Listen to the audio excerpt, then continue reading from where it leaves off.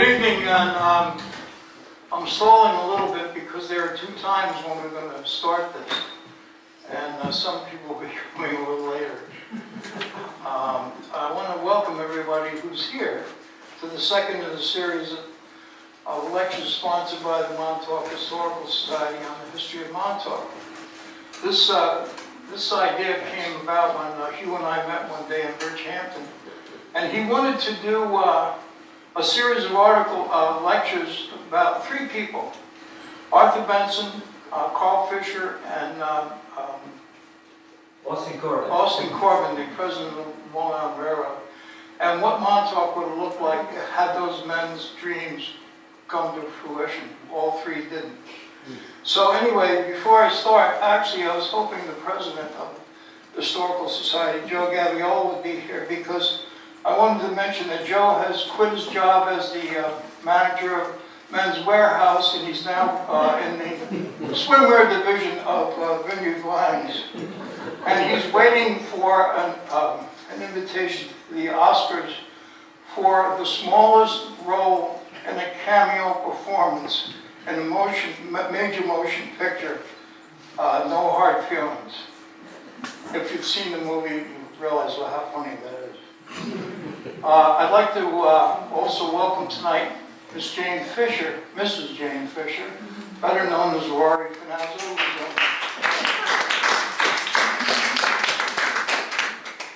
And also I'd like to welcome Bill Aiken, who lives here for 50 years and kept the building the way it is without changing it from when Carl left. I did almost nothing for that.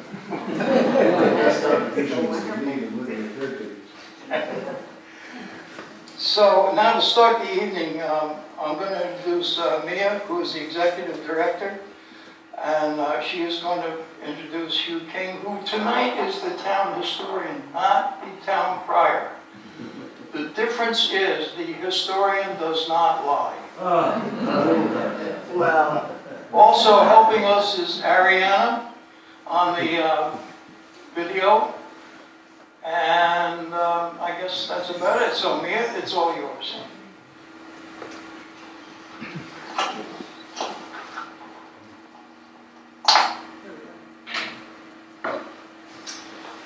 so hi everybody, I'm Mia Chantich, I'm the Executive Director of the Montauk Historical Society, and I just want to say a few words about the house that we're in today. This is the house that Carl Fisher built for himself. And it has a lot of the hallmarks of other Fisher houses, other Fisher properties around town that we're all familiar with. I think there's a similar feeling here to the feeling in the manor. And the old Deep Sea Club, for those of you who remember that, as well as private Fisher houses all over Montauk. Like those buildings, this place provides a feeling of space and grandeur without ostentation. And we like to think that it says a lot about the man who built it. But of course, we really don't know. We're guessing. When Carl Fisher's brothers sold the house to the Aiken family in 1956, it was completely empty without a stick of furniture. There's a story that Carl did not want his furniture to be sold along with his house, and that he asked his wife Margaret to burn all the photographs from their time here. And all I can say is they must have had some pretty wild parties back in those roaring 20s. We are very, very lucky that the Aikens bought this house and maintained it with so much care and diligence over the 65 years that they were here. And we're also very lucky that the town of East Hampton purchased it with community preservation funds in late 2021. We at the Montauk Historical Society are deeply grateful, and we're happy that we're managing the house and look forward to developing a museum here in the future. Before we move on to the main event, I just want to mention something about Arthur Benson, who's the subject of today's talk. Most of us know him as the man responsible for the Seven Sisters. These houses are a source of fascination for many people, and you'll see pictures of them on the screen this evening. But we also have a rather special little exhibit on the display panel at the back of the room, which I encourage you to take a look at when the talk is over. And now I would like to introduce the wonderful Hugh King, who will tell us just how it happened that Carl Fisher came to life. Okay. Good.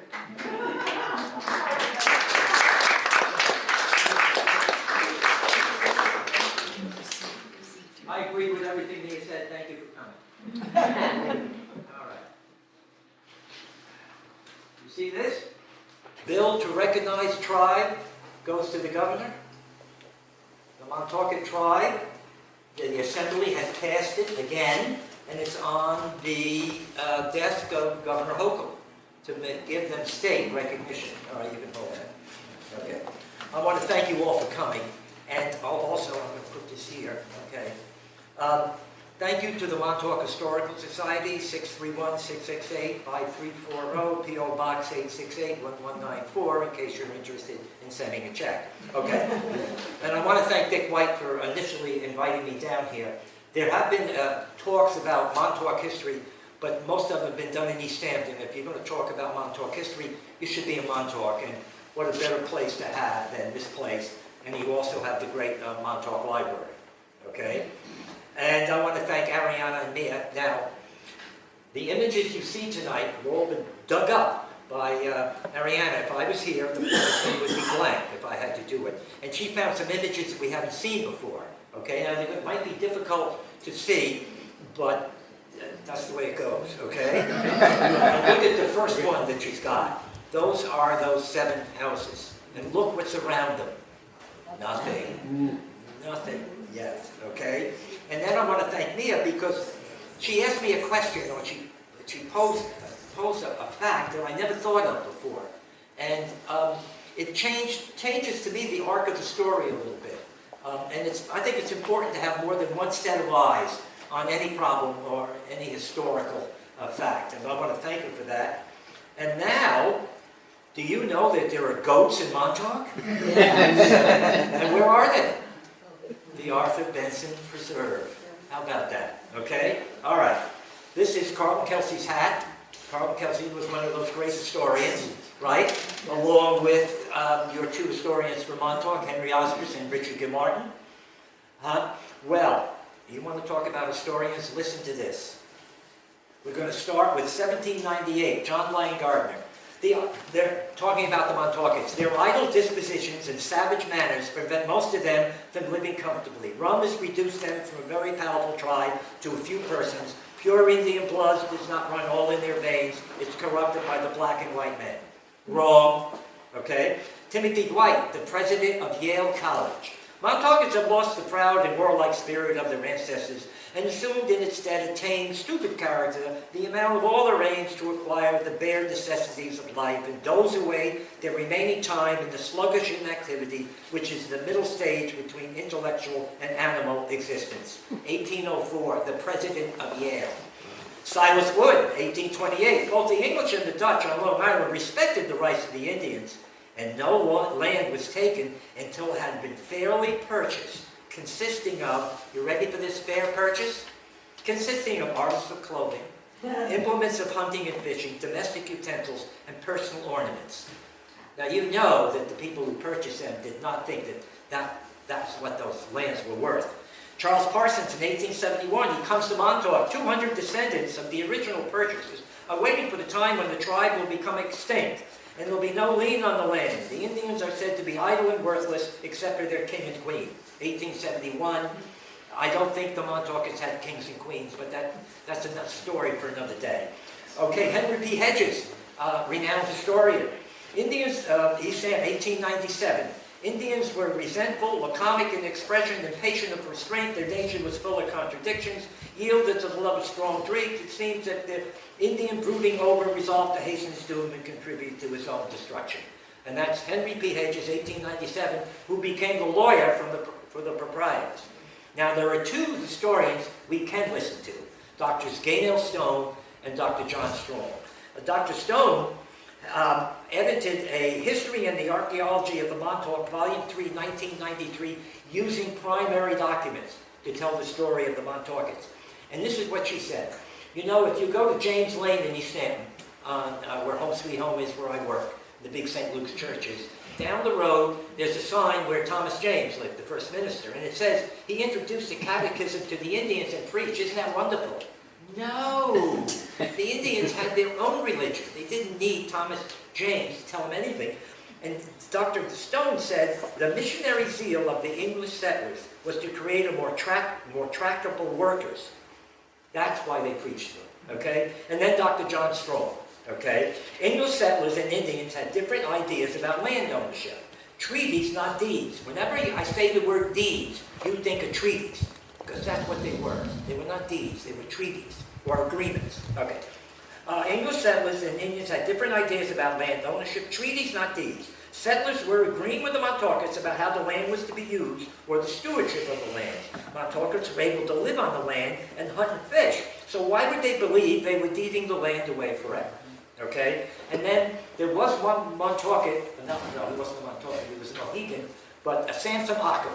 He was a Mohegan who came here. He was ordained in the Presbyterian Church, and he taught school at Montauk. And his diary is one of the few sources we have about the way that the Indians lived, written by another Indian. Okay? All right, you can hold that.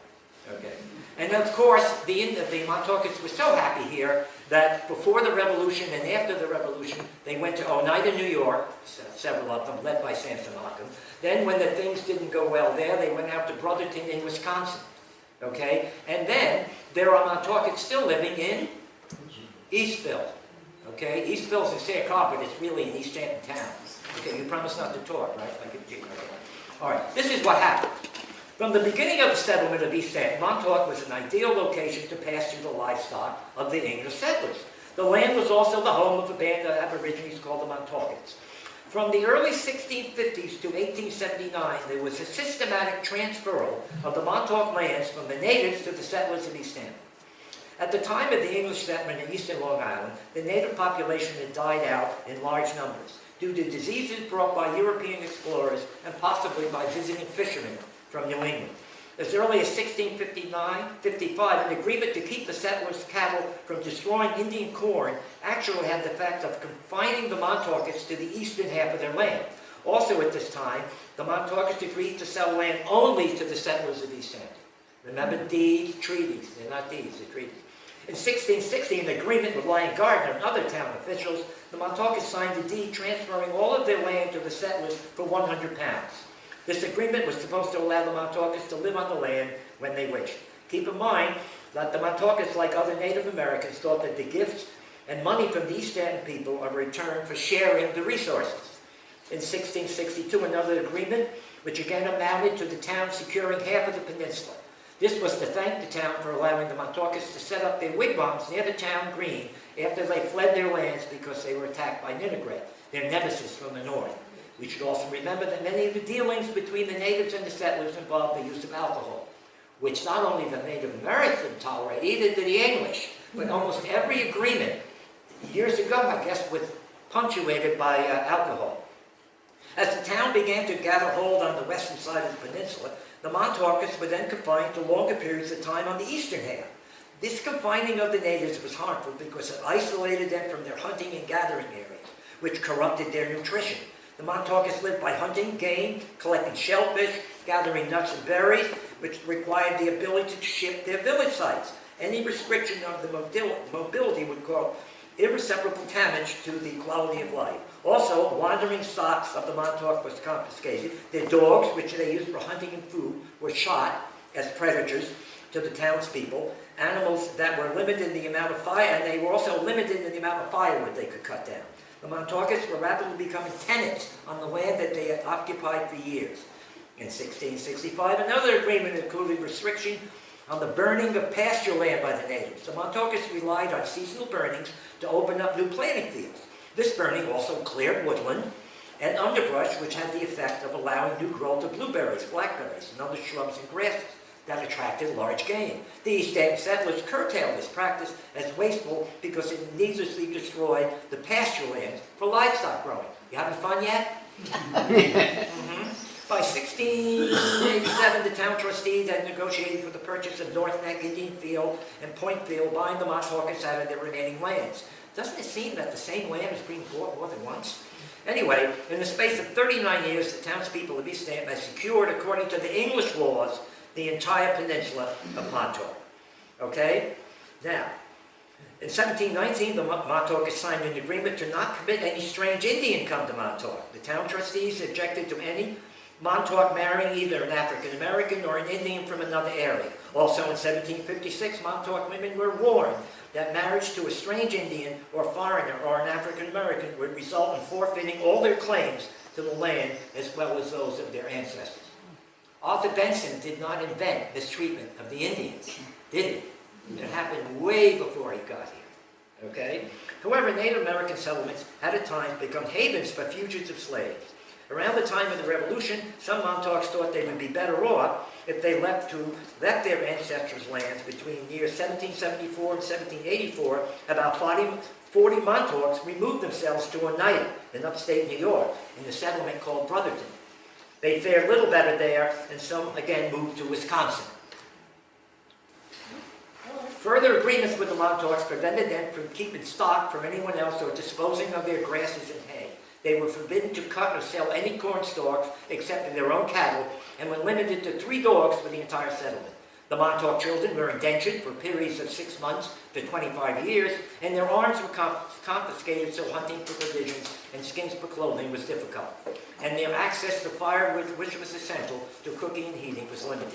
All these agreements between the townspeople of East Champlain and the Montaukets as well as the laws pertaining to the Montaukets had the effect of, 1, breaking down the social bonds between the Montaukets and other native communities, which prevented the Montaukets from maintaining their population base, enabled the town to maintain its monopoly of rate-fixing pasturage, made the Montaukets dependent on the settlers' economy to survive.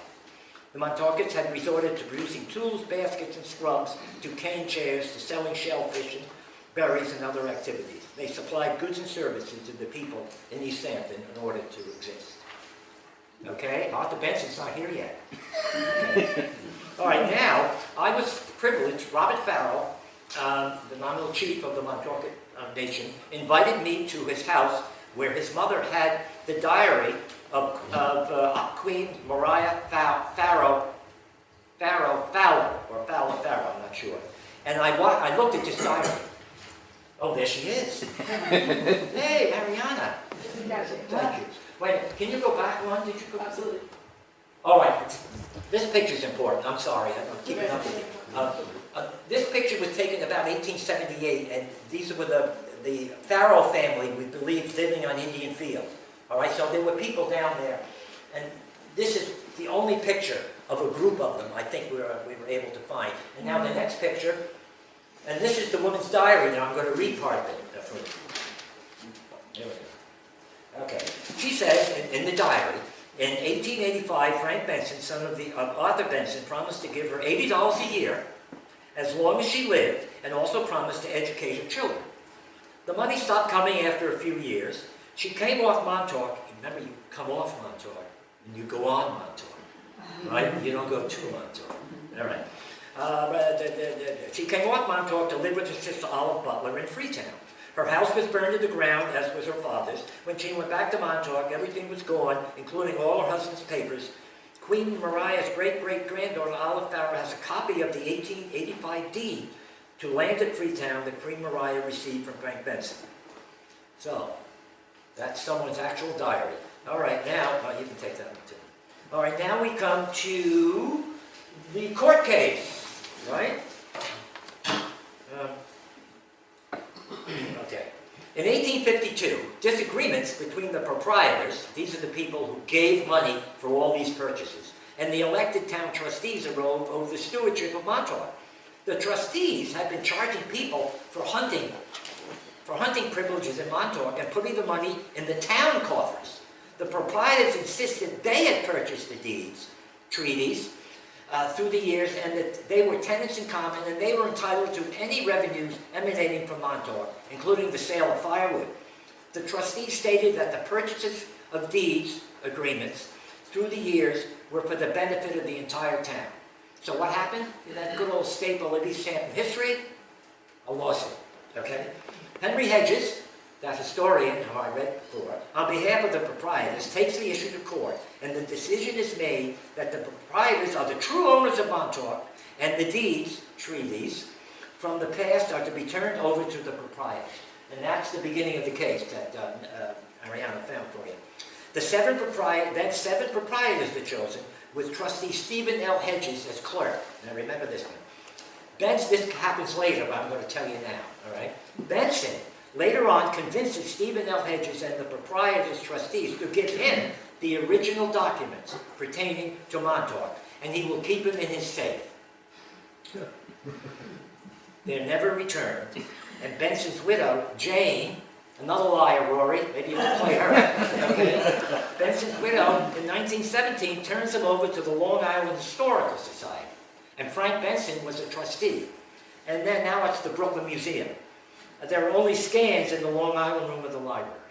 And that's what Ariana was able to find of the scans. That's a scan. I forgot that they're not there. So what happened is the Brooklyn Museum said, you're not getting it back as we have them. And they agreed to, I guess, have the Long Island room scan them. So you have all those documents in the Benson papers in the Long Island room. It's just scans. Now, who are these proprietors? Now I'm going to detour a little bit, okay? I'm going to start talking about, mention some of the proprietors. Now, Prudence, your ancestor, Thomas Talmadge, is not involved in this, so You're safe, Prudence. here are the names of the proprietors. She's going to be glad I said that when I tell you what else I'm going to tell you. Okay, here are their names. Abraham Miller, David Hedges, David Mulford, Jeremiah Osborne, Abraham Gardner, Jeremiah Miller, Samuel Parsons. Anybody from Montauk yet? Mary Osmond? No? Okay.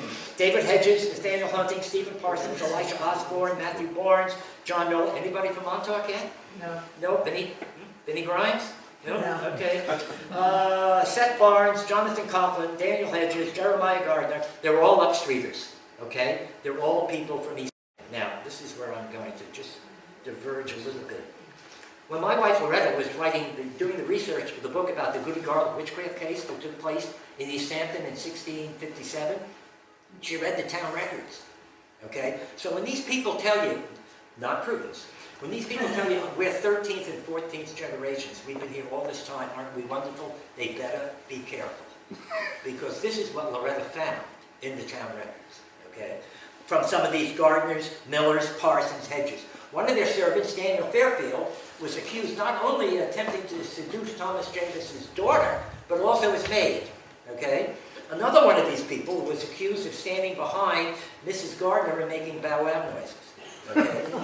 Then one of these 14th generation ancestors had her tongue put in the cleft stick for uttering slanderous speeches. When Thomas Talmadge, the eminent town secretary, came to give her the warrant, she kicked him and broke his ankle. And then when she went home, she threatened to kill her husband. And then some woman told me, well, that's not so big. Okay, and then here's my final one about these upstreeters. Okay, then I'll go back. There were 4 men who were accused of being notorious masturbators. This is in the town records. And one of them was named Hand. I'm just going to leave it there. Okay. You want to know what happened to him? You have to come to the next lecture. Okay, now we're going to these, this is the account book of the proprietors, 1812 to 1836. And what you see here is the proprietors are keeping in account books, but the trustees are running Montauk at this time. They were in charge of Montauk until that 1852 set. So I don't know if the trustees have a separate records book than the proprietors, but this is the proprietors book. And I go to the next one. All right, this is Journal of Proceedings. Okay, I'm going to tell you this one. The trustee, it's later on, it's not here, it's later on this one. Trustees met at the law office of Henry P. Hedges. That's the historian I was telling you about. The committee to hire out fisheries, this is reported they've hired the right to oyster in Oyster Pond to John C. King with 2 men for 4 days for the sum of $12. See, that's what they were doing. They were taking the money and they were keeping it. It wasn't going to the town. Okay? And then the committee to settle with Edwin Rose reported that they had called on him for a settlement, and his reply was that if the proprietors got anything from him, they would have to get it by law. So they must have gotten some argument of either cutting wood down there, he wasn't going to pay, and this guy, Edwin Rose, became a colonel during the Civil War. And after the war, there was a GAR, Grand Army of the Republic, group that met in Bridgehampton. I think it was this guy. Okay? Now we go to the next one. Okay. Now, this is how they were formed. It says in April of 1852, the people of the state of New York, represented in the Senate and Assembly, do enact as follows. This is after that lawsuit. Samuel B. Gardner, David Hunting, Jonathan Dayton, John Baker, Henry Hedges, Wilkes Hedges, Melty Rose, and their association, the proprietors of the undivided land of Montauk in the town of East Hampton and the county of Suffolk, are hereby constituted a corporation, and the 7 persons above shall be the first trustees of Montauk. And this is where I got confused years ago, because I used to tell people, don't tell me what I was saying. I used to tell people that the East Hampton town trustees gave the Montauk deeds to Arthur Benson. They didn't, not the elected trustees. The trustees of the proprietors gave up those records to Arthur Benson, so it wasn't them. Okay? I think you can go. Oh yeah, wait a minute now. Look, you're not going to talk, are you? Yep, okay. It's hard to see, but the 2 places are North Neck and Indian Field. But way down in the corner, on the right, are the association houses. Out of this map, they make up about this much. Wasn't there enough room for everybody? You had to get all of that? Those associated, they're right on the beach. They're fine, and look, there was nothing around there. Remember the first image that Ariana said? Okay, now we're coming to this partition sale, okay? Now, this is where Mia asked me a question or made a statement, and I never thought of it before, okay? I was going to talk about this auction, I'm going to talk about it. She said, maybe Arthur Benson orchestrated this whole thing. And now I'm finding out, you ready? Here we go. The shareholders, now these are the proprietors, now they have all this control over Montauk. They couldn't decide whether their land should be leased or reapportioned.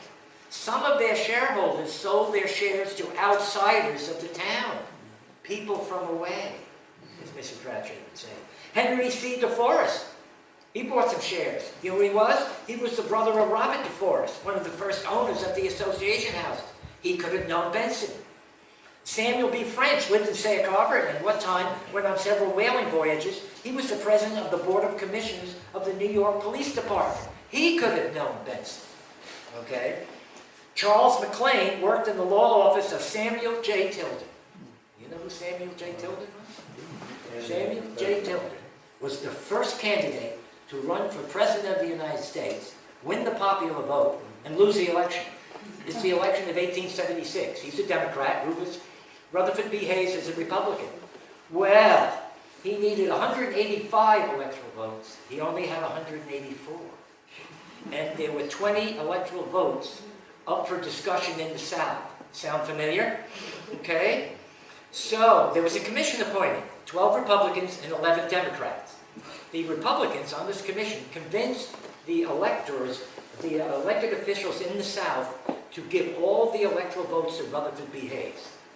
And then if they do that, he will remove troops from the South. And that's what happened. Reconstruction ended because of that election. So Tilden was a lawyer in New York City. So he could have known Arthur Benson. But here's my favorite. I never would have thought of this until Mia asked me this. So if it's wrong, it's her idea. Washington Tyson, all right? He bought the largest shares from the shareholders. You know who he was? He was the brother-in-law of Nathaniel Dominy.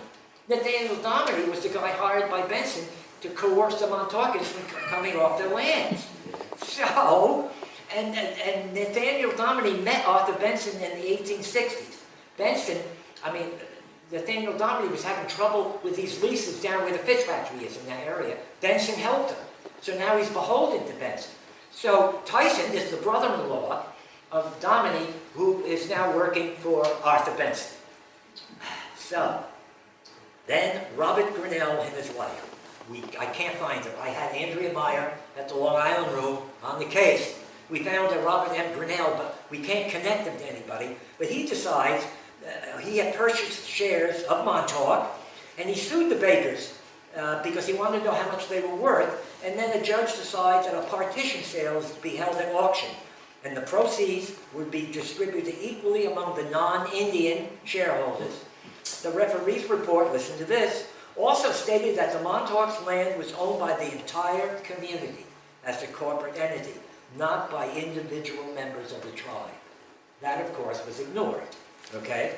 So, the Montauk keepers had until April 1880 to leave after the auction. The sale would not include the federal lands around the lighthouse and life-saving stations, and the rights and privileges of the Montaukets from previous treaties would be upheld. Okay?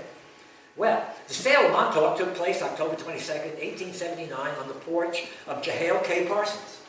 Who was Jehail K. Parsons? He was the son of David Diamond Parsons. Who was David Diamond Parsons? He had the Springs General Store built in 1844, and there was also a post office. Jehail Parsons marries an upstreeter, an Osborne, so he becomes the postmaster in East Hampton. He was also elected supervisor twice. Okay? So now they're going to have the auction on his front porch. But the referee, E.M. Carpenter, opened the proceedings by taking a vote of the numerous proprietors of Montauk as whether the sale should go on or a postponement should take place. 270 votes in favor of a sale and 95 in favor of a postponement. There were over 350 people who had an interest in Montauk, and of course these other people who bought those shares, right? Okay. A Mr. Orsi represented Samuel J. Tilden. So Tilden was there. He was now, had a law office in New York City. He was also the governor or mayor, I can't remember. Okay. General James H. Van Allen represented the Grinnells. These are the people who started the whole thing. I don't know where they were going to get the money to do this. Henry Hedges represented the proprietors. I don't know where they were going to get the money. And there was another guy there from the Brooklyn Gas Company, Arthur Benson. He was there. Okay, are you ready? The bidding started at $50,000. Judge Hedges dropped out at $132,000 for the proprietors. And the general dropped out at $150,000. And Benson then bids $151,000 and wins. Where are we? We're still there. Let me do math. Okay, not yet. Okay. When asked what he intended to do with Montauk, Benson said his son, Frank, always wanted to be a farmer. Right, okay. Benson, of course, had founded the Brooklyn Gaslight Company, and he created the suburb of Bensonhurst out of farmland, and one of the 9 individual investors in the Brooklyn Bridge. But then, I'm looking for something else in the town records in 1880. You know what I find? He's registered, Benson is registering an earmark. You know what that is, don't you? When the cattle came down to Montauk, how would you tell whose cattle was whose? They had to register an earmark, and that's how they told them apart. What's he doing with an earmark in 1888? No, you can have that. Okay. Okay, where's Benson? What do we got? Okay, now. In 1879, Benson takes control of Montauk. Stephen Farrow dies. Okay. I have, from the Sag Harbor Corrector, the story of his death and his funeral. Okay? But you have to come to the next lecture. Okay. Okay, we can go on. Now there's King David Farrow, which, once again, kings and queens, that's a push, I'm not sure. But he was painted by E.L. Henry, and this painting, he was also painted by Winslow Homer. And then there's another etching of him on his deathbed saying he's the last of the Montaukets when he died, which of course is not true. Okay, what do you got next? Oh, now. No, that's, okay, I told her that's wrong. Yeah. That's William... Warren. Warren Cuffey. Yeah. That's Warren Cuffey in his Civil War uniform. Yeah, it's hard to see, but the reason we put him in there is because Montaukets moved to Eastville. He lived in Eastville. There were people in Eastville attributed to the Montauk tribe, okay? And now we have George Fowler Sr. and Jr. There are 3 George Fowlers, and one of these is on one of these deeds that you're going to see, or treaties, or agreements, okay? But there were 3 George Fowlers. One of them was the gardener for the Thomas Moran House in East Hampton. And he also was the gardener at Home Sweet Home Museum, where I worked for Gustav and Hannah Buick, okay? Okay, and then we have, is that the house? Okay, that house is still standing. That's the house, Bob Hefner thinks, that was moved from Indian Field down to Freetown. And it's been restored, and it's the George Fowler House. And now there's a committee working to find out what's going to happen now, but they've got it stabilized at least. Okay, and there he is, the only thing we could find out about Arthur Benson, right? That's his famous picture fishing. If Ariana couldn't find it, it doesn't exist. Okay? That's it. We're not going to talk about him. He's going to hire Frank Law Olmsted. Okay? He was a landscape artist, journalist, social critic, and public administrator. With his partner, he designed Central Park, Prospect Park. He also designed parks and parkways throughout the East and Midwest. He designed the main park ground for the 1893 World's Columbian Exhibition, the landscaping around the Capitol building. He designed the landscaping around the association houses for Benson in 1881. The houses were placed in the natural landscape and linked to pathways, leaving the natural landscape mostly undisturbed. You saw that first picture that Ariana put up there. Okay? Now the houses were designed by Stanford White of McKim, Mead, and White, who had just began designing buildings in the 1880s. They later designed Penn Station, Brooklyn Museum, the main campus of Columbia University, and renovated the east and west wings of the White House. They designed the second Madison Square Garden in 1890. Now, Stanford White had excelled in designing informal shingle buildings, the most notable being the casino at Newport, Rhode Island. His design is apparent in all the buildings, with the wide staircases, the ample porches around the rooms, fireplaces in all the rooms, and the use of wood panel ceilings. All right, that's Stanford White. Okay. Okay, now you're going to get a real treat, because this is what Ariana found. Okay? You're going to look at the association houses. These watercolors were done by Eloise Payne LeCure. She was the grandniece of John Howard Payne. What is she doing out here? Well, her father, Thatcher Taylor Payne, owned land out here, and he sold it to Carl Fisher. So she comes out here, I don't remember, I forgot what the time period was, it's got to be in the 1880s. And so she painted watercolors of all the association houses and the community building, right? Okay, now tell me the first one. What is this one, Ariana? Hoyt, okay. First of all, I thought all these guys, that's who were building it, were the titans of industry, the robber barons. They weren't. They weren't. Hoyt, Alfred Hoyt, belonged to a railroad tycoon who had interest in 5 different railroads. Sidney and Winifred Goddard opened up a restaurant called the Grandview Manor. And later, Sidney purchased the Ditch Plains Coast Guard Station and moved it close to the property for a restaurant. And that's the Hoyt House. Okay? What's the next one? Agnew. Agnew? Oh, Dr. Cornelius Agnew was the founder of New York Eye and Ear Hospital and Manhattan Eye and Ear Hospital. He was appointed Surgeon General of the state of New York and was a prominent member of the U.S. Sanitary Commission. Okay? Andrews. William Loring Andrews' house belonged to an American rare book collector, publisher, and librarian. He was a trustee and the first librarian of the New York Metropolitan Museum of Art. Okay, now the house is going out for auction. This woman shows up, and she said, what's going on here? Can I look at this house? And the guy said, yeah, come on in. You can look right now. Put a bid in. So she puts a bid in. You know who gets the bid? Who wins it? Carol Alt. You know who Carol Alt was? Or is? Yes, she was made famous by the swimsuit issue of Sports Illustrated. And now images of Carol Alt, you have to come to the next lecture. So the deal with Carol Alt falls through. Well, who winds up buying the house? The late, great Roberta Gosman Donovan. And that's how she got that house. Okay. Benson. Who? Benson. Benson? Oh yeah, this is Arthur Benson's house. We said enough about him. Keep going. That's the community house, right? Yeah. And that's where the meals were served. Because if they had kitchens, they were very tiny. Some didn't have any kitchens at all, I don't think. And so that's where they had that burned down. But Robert Hefner had found the outline of that. He's found the outline of that. I don't know what he ever did with it. He found it. Okay, go ahead. DeForest. Who? DeForest. DeForest, yes. Robert DeForest was the counsel for the Central Railroad of New Jersey and president of the Metropolitan Museum of Art and donated 50 acres toward the Northern State Parkway project. So all these guys weren't bad. Go ahead. Sanger.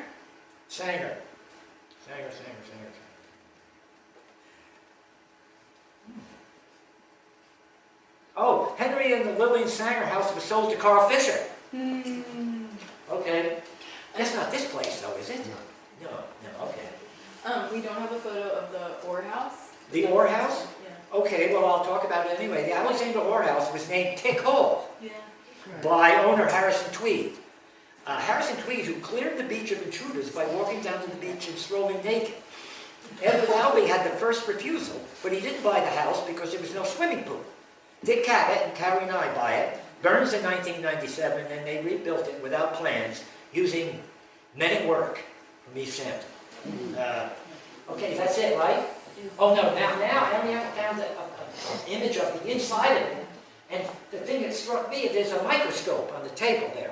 I don't know what they would do with it. No, you can hold it, you're not going to talk. Okay. All right, now. Okay, now we come to the part of every Montauk historical lecture, sex, murder, and scandal. Okay? Okay. Stanford White, now these two men, Stanford White and Harry K. Thor, would be poster children for the Me Too movement. Okay? The Me Too movement was designed to prevent men like them from taking advantage of vulnerable women. And I couldn't even tell you all of what they did. You'll have to Google them, but I have enough for you, okay? Stanford White would sometimes adopt the role of a paternal benefactor of young women, then would take advantage of that trust and gratitude. New York society had known for years that the married white was eagerly and diligently and remorselessly hunting young girls to their destruction. In 1901, Stanford White established a caretaker relationship with Evelyn Nesbit, helping Nesbit get established as a model for artists and photographers in New York society, with the approval of Nesbit's mother. Boy, was she asleep at the wheel, okay? 5 years later, Nesbit would testify that one evening, White invited her to his apartment for dinner, gave her champagne and possibly some drug, and assaulted her. She was about 16 years old, and White was 48. For at least 6 months afterward, they continued as romantic companions. Although they drifted apart, they remained in touch with each other on a good terms socially. And now here's her second mistake. In 1905, Nesbit marries Harry K. Thor, a Pittsburgh millionaire with a history of severe mental instability. You see that picture on the right? That's Harry K. Thor. Now the woman holding the fan to her face was either his mother, who bailed him out of everything, or it was poor Evelyn. I don't think we can tell. Okay, so she marries Harry K. Thor.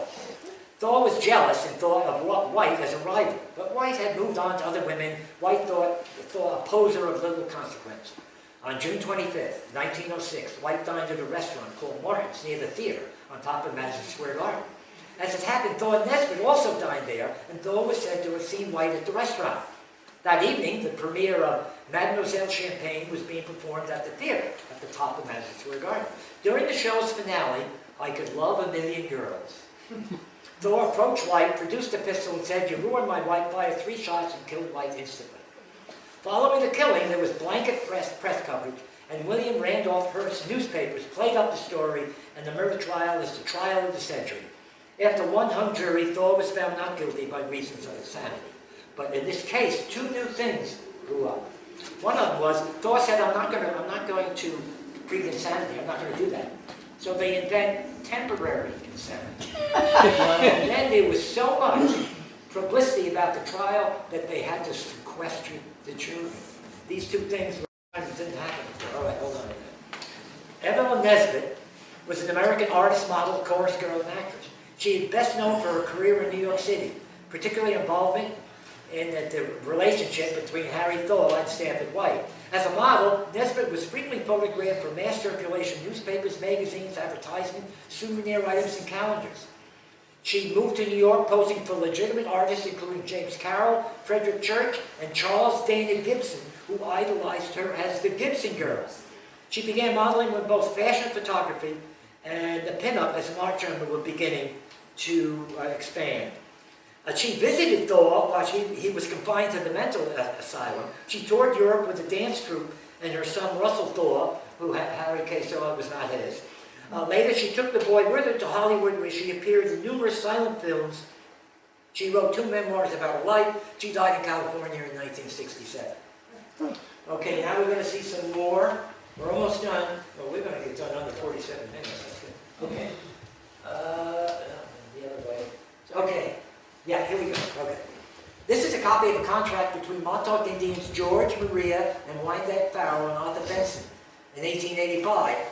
If you can read it, it says includes rights and privileges of the Montauk. Rights are exchanged for a payment of $250, $100 to George, $100 to Mariah, $10 to Wyandanch, and also $200 for future considerations and land parcels in Freetown. They all put their mark on the document, which of course means they could not read it. Okay. Now we have the next one. Okay, this is a draft, a copy between Montauk Indians and Arthur Benson in 1883, exchanging their rights and privileges for an annual payment of $240 and the gift of land parcel in Freetown. Again. And the next one? Okay. A quitclaim deed from George Fowler to Nathaniel Dominy on behalf of Arthur Benson. $240 to be paid every year. This didn't happen, of course. And land given on the southeast side of Fireplace Highway, that's Freetown, and a dwelling house. And I think that's the house that you saw the picture of. It's on Springs Fireplace Road in the area we call Freetown. And then Fowler agrees to relinquish his rights to Montauk in this deed. Okay? It was signed by George Fowler and witnessed by the wonderful Nathaniel Dominy. All right, here we go. It's coming to an end. There are approximately between 11 and 30 Montaukers still in Montauk when Benson made his purchase. Remember, the encumbrances on the land stated that the land was being held by the Montauk community as a whole and not by individual members. Benson then hires Nathaniel Dominy, a former town trustee, pays him $300 to secretly negotiate with individual Montauk members. He gives Dominy $150 to purchase parcels of land in the area called Freetown. Then Dominy begins negotiating with individual tribal members, using the land in Freetown as an incentive. He also promised they could return to Montauk anytime they wished. After Benson died in 1890, his son Frank and daughter Mary, along with Benson's widow, that liar, Jane, Rory, worked through Frank Stratton to negotiate deeds agreements with the remaining Farrell family. They were promised cash payments and parcels of land in Freetown. After the remaining Montaukers moved to Freetown, their houses were burned, broken into, the papers destroyed and stolen. There was even a report of a house being burned with children in it. Now, the Montaukers didn't go away quietly in the midst of all this. David Farrell joined with Stephen Farrell and William Fowler to file a complaint to protect Montauk land claims as the 1879 auction was happening. They were represented by Wilmot M. Smith. Judge Dale Dickman ruled that the land could be sold at auction, also ruled that the tribal organizations of the Montaukers was still maintained without any supportive evidence. And this is going to kick them up when they sue again. Evidence and later decisions ignored the ruling. So, you have to come back next time as Austin Corbett and Charles Pratt arrive in Montauk, along with the railroad, Teddy Roosevelt, Camp Wyckoff, and hear how the Montaukers took to the courts to reclaim their lands. Also, to hear about the funeral of Stephen Farrell, and learn whether Roy Finazza will play Jay Benson, and whether Dick White will buy everyone a drink at Jack. And that's it.